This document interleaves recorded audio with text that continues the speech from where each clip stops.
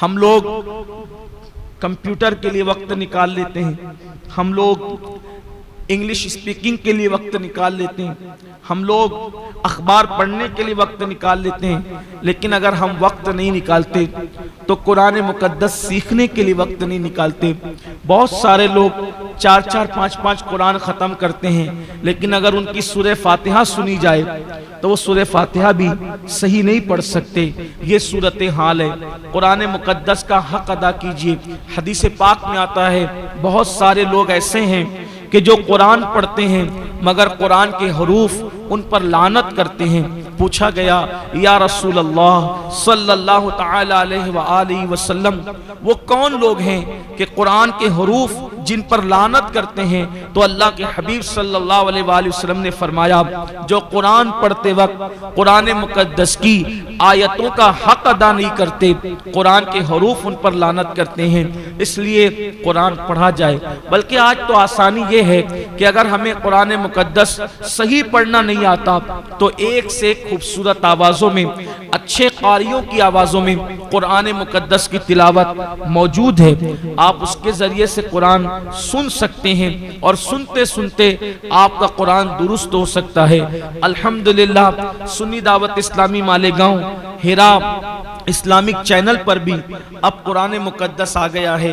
हमारे यहाँ सुन्नी दावत इस्लामी के मुबल्लिग जनाब हजरत मौलाना हाफिज कारी तजम्मुल हुसैन रज़वी साहब की आवाज़ में हिरा इस्लामिक चैनल पर कुरान मुकद्दस आ गया है। आप अल्हम्दुलिल्लाह जा कर के वहाँ अगर रोज़ाना एक पारे की तिलावत सुनेंगे तो रोज़ाना सुनते सुनते आपको कुरान मुकद्दस पढ़ना भी आ जाएगा और आप कुरान मुकद्दस पढ़ना सीख भी जाएंगे।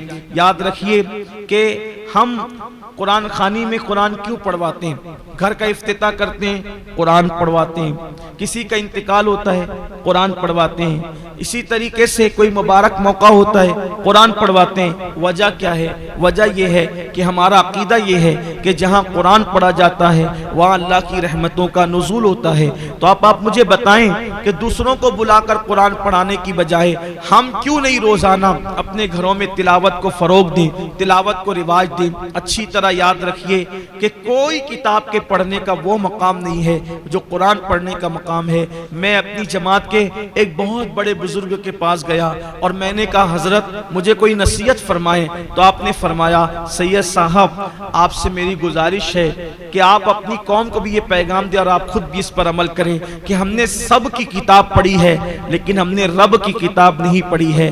काश कि हम रब की किताब को सही तौर पर पढ़ते और उसको समझने की कोशिश करते तो आज हमारी कौम का ये हाल ना होता जो हमारी कौम का हाल है। इसीलिए इकबाल कहते हैं, वो जमाने में मुअज़्ज़ज़ थे मुसलमान होकर, वो जमाने में मुअज़्ज़ज़ थे मुसलमान होकर, और हम खार हुए तारिके कुरान होकर।